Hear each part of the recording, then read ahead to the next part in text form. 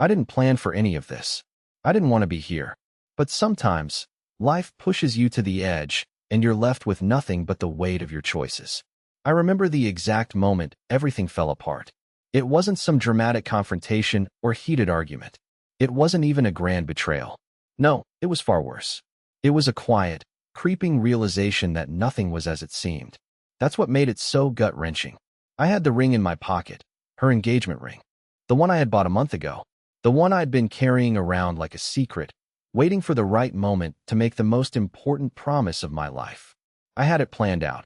A small, intimate dinner in our apartment, her favorite meal, candles, and then, of course, the ring.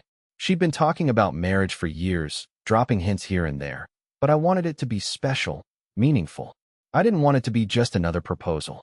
I wanted her to know it was a promise I was making with my whole heart. But that morning, everything changed. It wasn't the usual morning routine. You know, the kind where you half wake up, shuffle around, get a cup of coffee, maybe catch a quick glance at the news before going about your day. No, that morning was different. There was a feeling in the air, a tension that hadn't been there before. I just couldn't shake it. When I walked into the kitchen, I saw her sitting at the table, staring at her phone. She didn't even notice me. Her fingers were typing rapidly, but she kept her face down, eyes glued to the screen. That wasn't like her. Mira was never the type to hide behind her phone. She always said it was a tool, not a companion. Yet, that day, she was absorbed in it like it held the answers to everything. "Good morning," I said, trying to sound casual, though I couldn't shake the feeling that something was off. She barely looked up. "Morning," she murmured, her voice distant.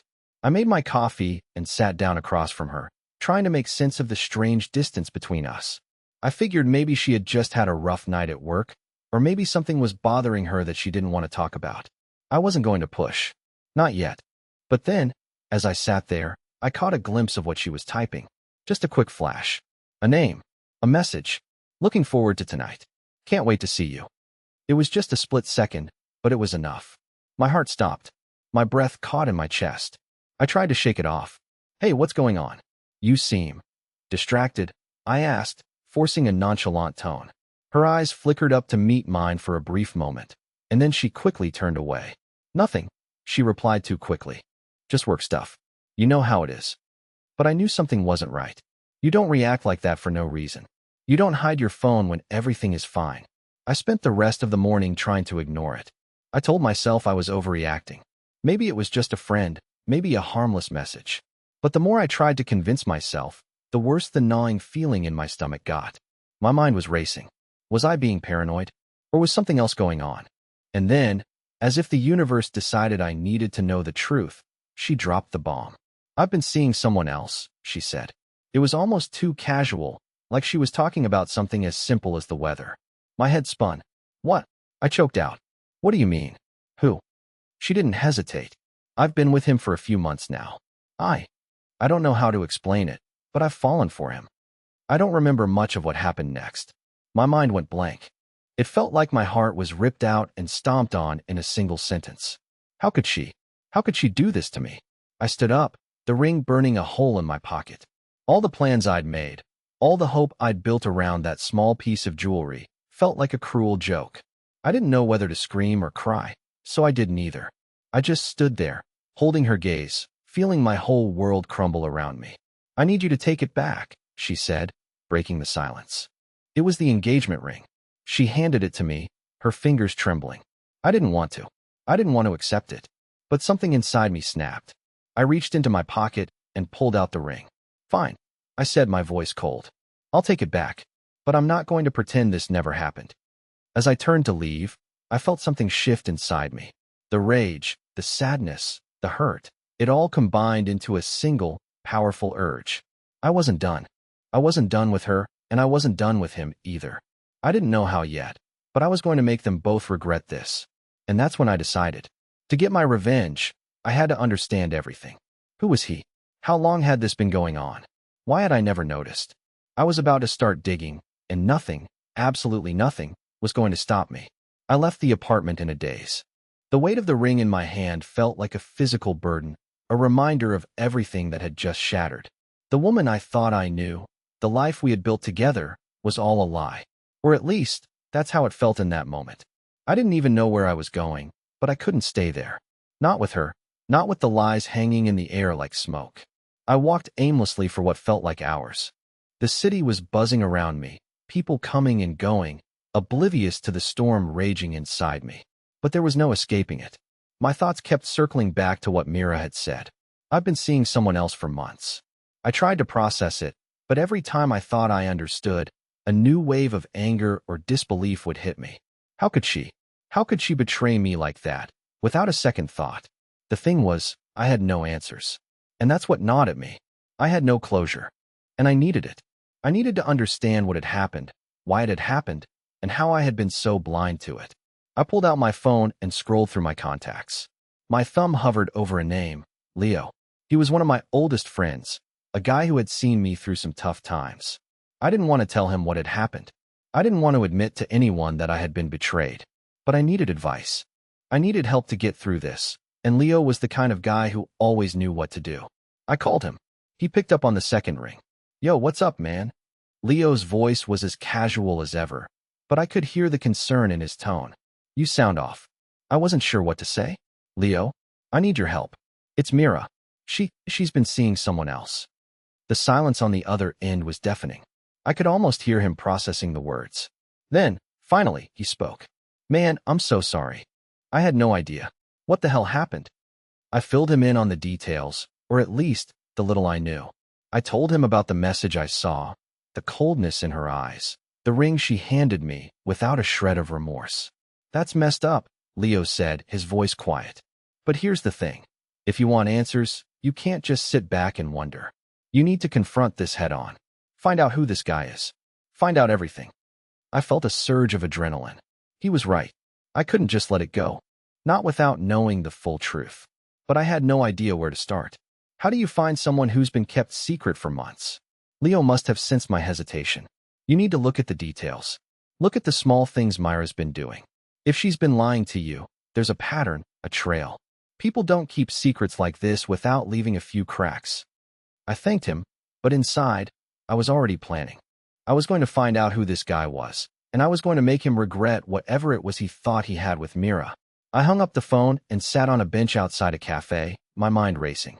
The sun was starting to set, casting long shadows across the sidewalk. It should have been a peaceful evening, but instead, my heart was pounding with a mix of anger and determination. The next step was clear. I needed to gather information. But where do you start when you have nothing but a name? I pulled the ring from my pocket again, staring at it. She didn't want this anymore. Her words echoed in my mind. It felt like a cruel joke, holding this symbol of love when the person I had trusted had already moved on. But I couldn't let it go. Not yet. I put the ring back in my pocket and stood up. It was time to get answers. I had no idea where this would lead me, but I knew one thing. I wasn't going to rest until I had everything. Every detail, every lie, every secret. And once I had it, I wasn't going to let anyone walk away untouched. The first thing I did when I got back to my apartment was head straight for the kitchen. I needed something to calm my nerves, something to clear my mind. I poured myself a drink, trying to convince myself that this wasn't the end of everything. But deep down, I knew that this was only the beginning. I thought about Leo's words, about how I needed to figure out who this guy was. Myra's secret lover. The name Luke kept ringing in my ears. It wasn't much to go on, but it was something. If I could find this guy, maybe I could find out the real story. Maybe I'd get the answers I needed. Maybe I'd figure out just how long this had been going on. I opened my laptop and started searching. I typed in the name, Luke, and the floodgates opened. I sifted through social media, looking for any clue that would connect him to Mira. But there was nothing obvious. No photos of them together. No posts that screamed affair. I was about to give up when I found something strange, a comment on one of Myra's recent Instagram posts. It was a simple message, a few words, "Can't wait to see you again, babe." My heart raced. That was him. I knew it. I zoomed in on the profile, and for a moment, I thought I saw something that would be my breakthrough. A picture of Mira at a cafe, sitting with a guy who wasn't me. But the photo was blurry. Still, I could make out enough to recognize the man in the photo. It was Luke. The next step was clear. I had a name, a face, and a location.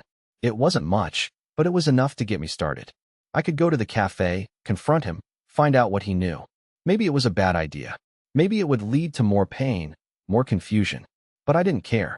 I wasn't going to sit around wondering. I grabbed my jacket and headed out. The cafe was only a few blocks away. My mind raced as I walked down the street. I wasn't sure what I was going to do once I got there, but I knew one thing for sure. I wasn't leaving until I had answers. As I approached the cafe, my stomach twisted. The place was small, tucked in between a couple of old shops. It wasn't the kind of place you'd expect to find a secret affair.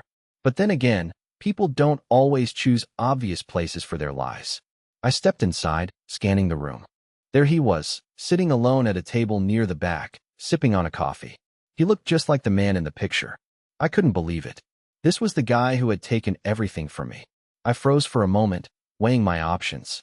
Confront him now? Approach him casually? I didn't know. But as I stood there, watching him, something inside me clicked. I wasn't going to rush into this.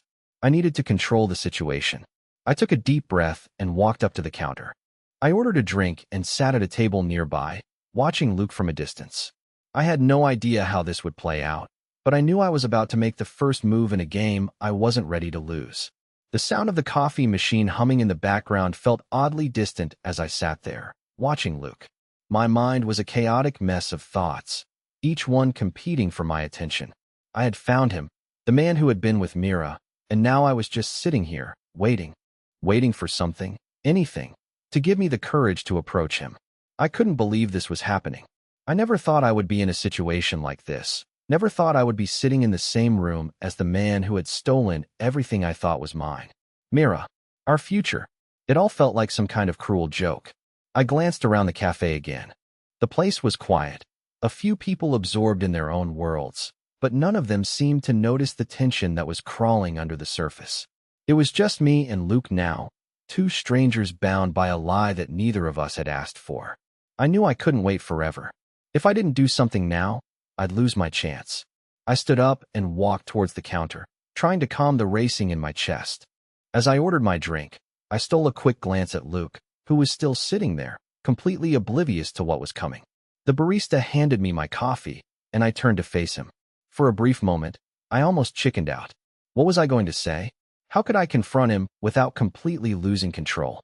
But the image of Myra's face, the emptiness in her eyes when she handed me the ring, pushed me forward. I walked over to Luke's table and stood there for a moment, just staring at him. He didn't notice me at first, too caught up in his own thoughts.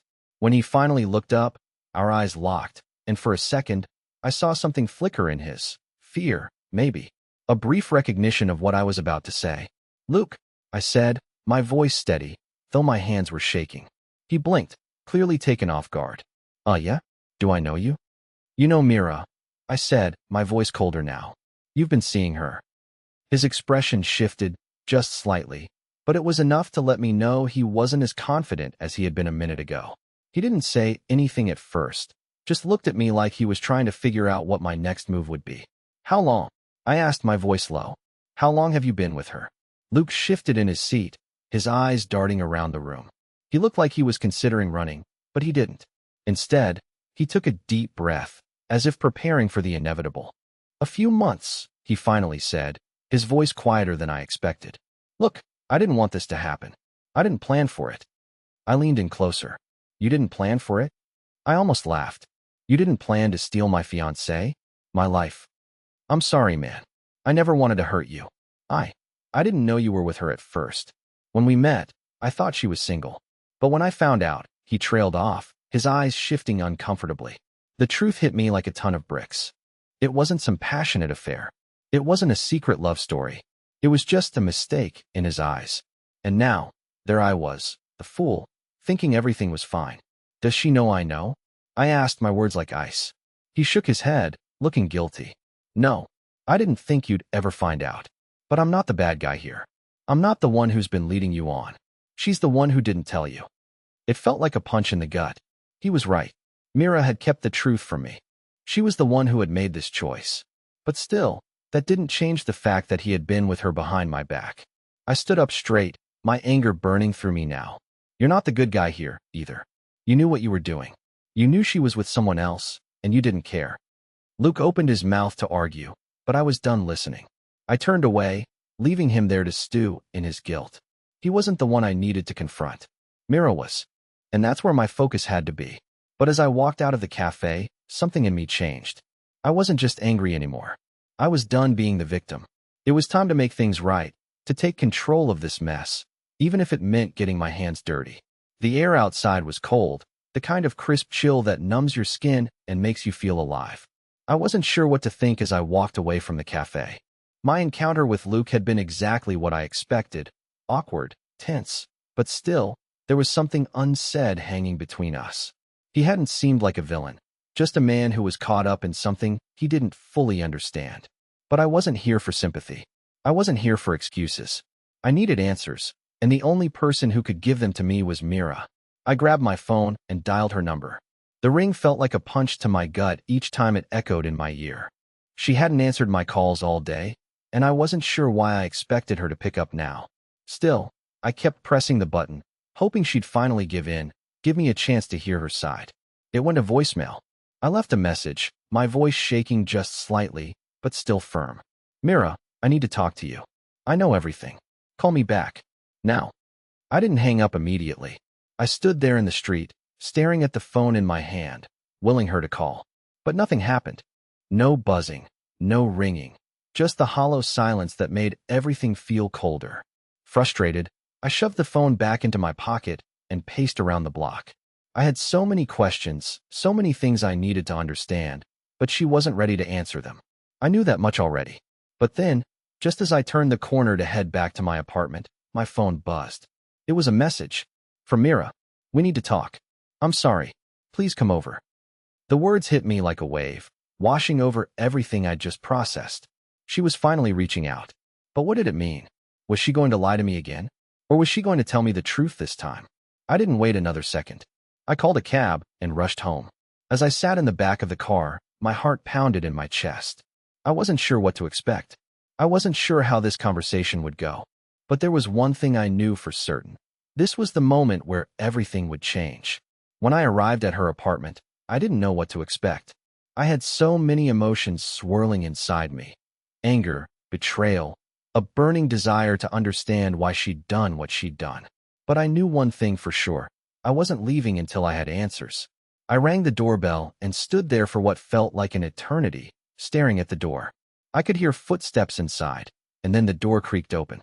There she was, standing in front of me. Mira, the woman I had thought I would spend the rest of my life with. But now, all I could see was a stranger. Her eyes were red, as if she'd been crying. But that didn't matter. Nothing she said could change what I knew. Mira, I said, my voice colder than I intended. We need to talk. She stepped aside, silently inviting me in.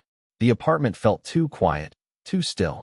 It was like everything had frozen the moment I walked through that door. The faint smell of her perfume lingered in the air, but it didn't comfort me anymore. Now, it only reminded me of the lies. She led me to the living room, where we both sat down. She looked at me, her eyes avoiding mine, as if she didn't know where to start. I didn't want to give her the chance to dodge the truth. I wasn't here for apologies or excuses. Who is he?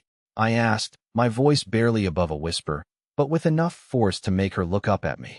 She hesitated, her eyes flickering to the floor. His name's Luke, she finally said. I didn't plan for any of this to happen. It just happened.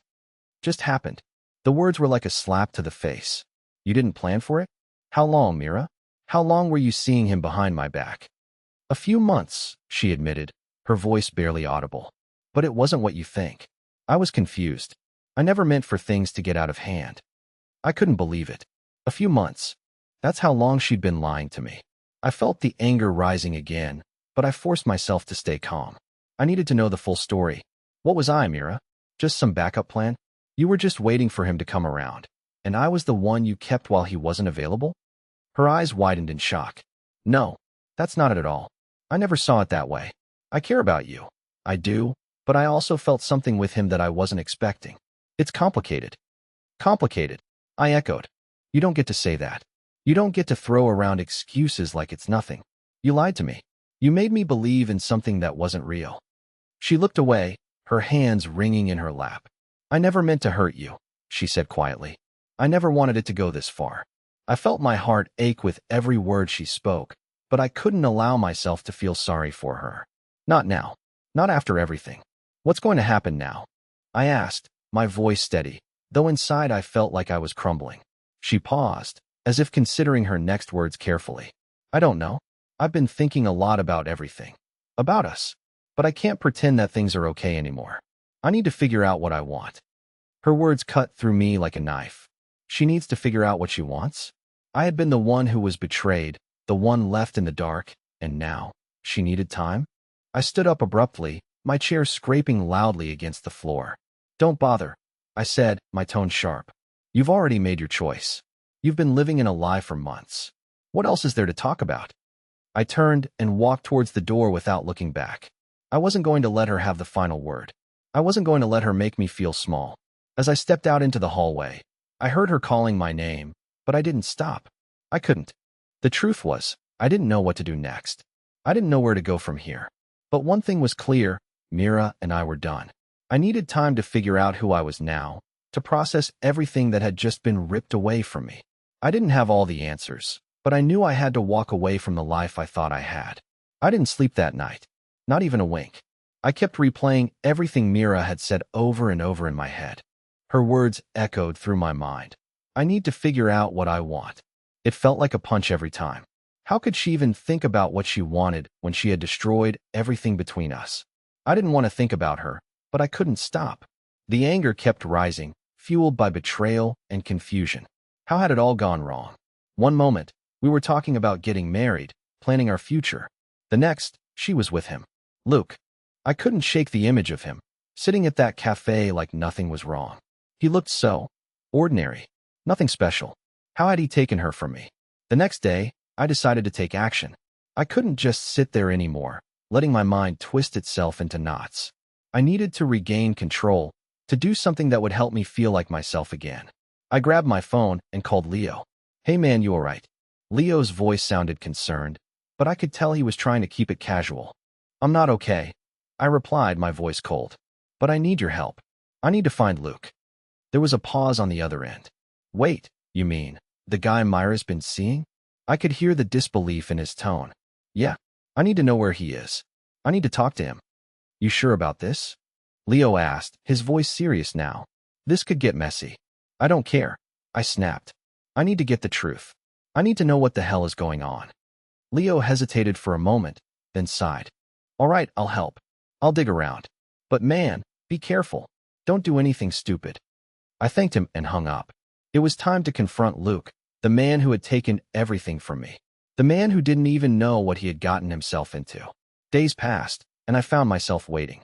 Waiting for Leo to come through, waiting for the next move. I felt like I was trapped in a strange limbo, not sure where I was going or what was going to happen next.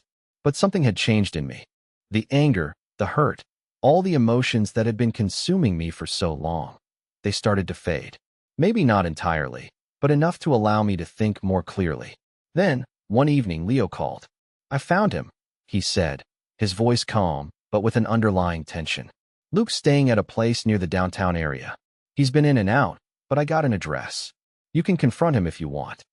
I stared at the phone for a long time. Part of me still wanted to march right up to him, demand answers, make him understand the damage he'd caused. But as I stood there, holding the phone in my hand, I realized something. This wasn't about revenge anymore. It was about me finding peace. About letting go. The decision wasn't easy, but I didn't go to confront Luke. Instead, I did something I hadn't considered. I called Mira. Can we meet? I asked her, my voice steady, though I could still feel the weight of everything we had been through.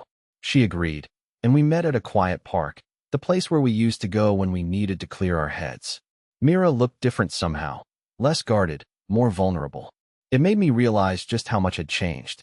I'm sorry, she said as soon as we sat down, her voice breaking. I know I don't deserve your forgiveness, but I've been thinking, and I know I hurt you. I hurt you more than anyone ever should. I looked at her, searching her face.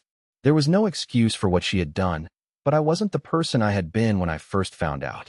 The anger wasn't there anymore. Just an emptiness that would eventually fade, like a scar. I don't know if I can forgive you yet, I said honestly. But I've realized that holding on to this, holding on to anger, it's not going to fix anything. For either of us. She nodded, tears in her eyes. I've lost you, haven't I? I thought about that for a moment. The answer wasn't easy. But what I knew for sure was that I couldn't keep living in the past. Whether or not we could go back to what we were was uncertain, but one thing was certain. I had to move forward. I think we both need to heal, I said quietly. I don't know what that looks like, but I'm not going to keep being angry at the world. It wasn't a perfect ending. It wasn't the fairy tale I'd once imagined. But it was a start. I could feel the weight lift just a little, the first breath of freedom from the past. And as I walked away from Mira, I felt lighter. There was still a long road ahead, but I was no longer consumed by bitterness. The future wasn't something I could predict, but it was mine to shape. For the first time in a long time, I felt a glimmer of hope. And maybe, just maybe, that was enough.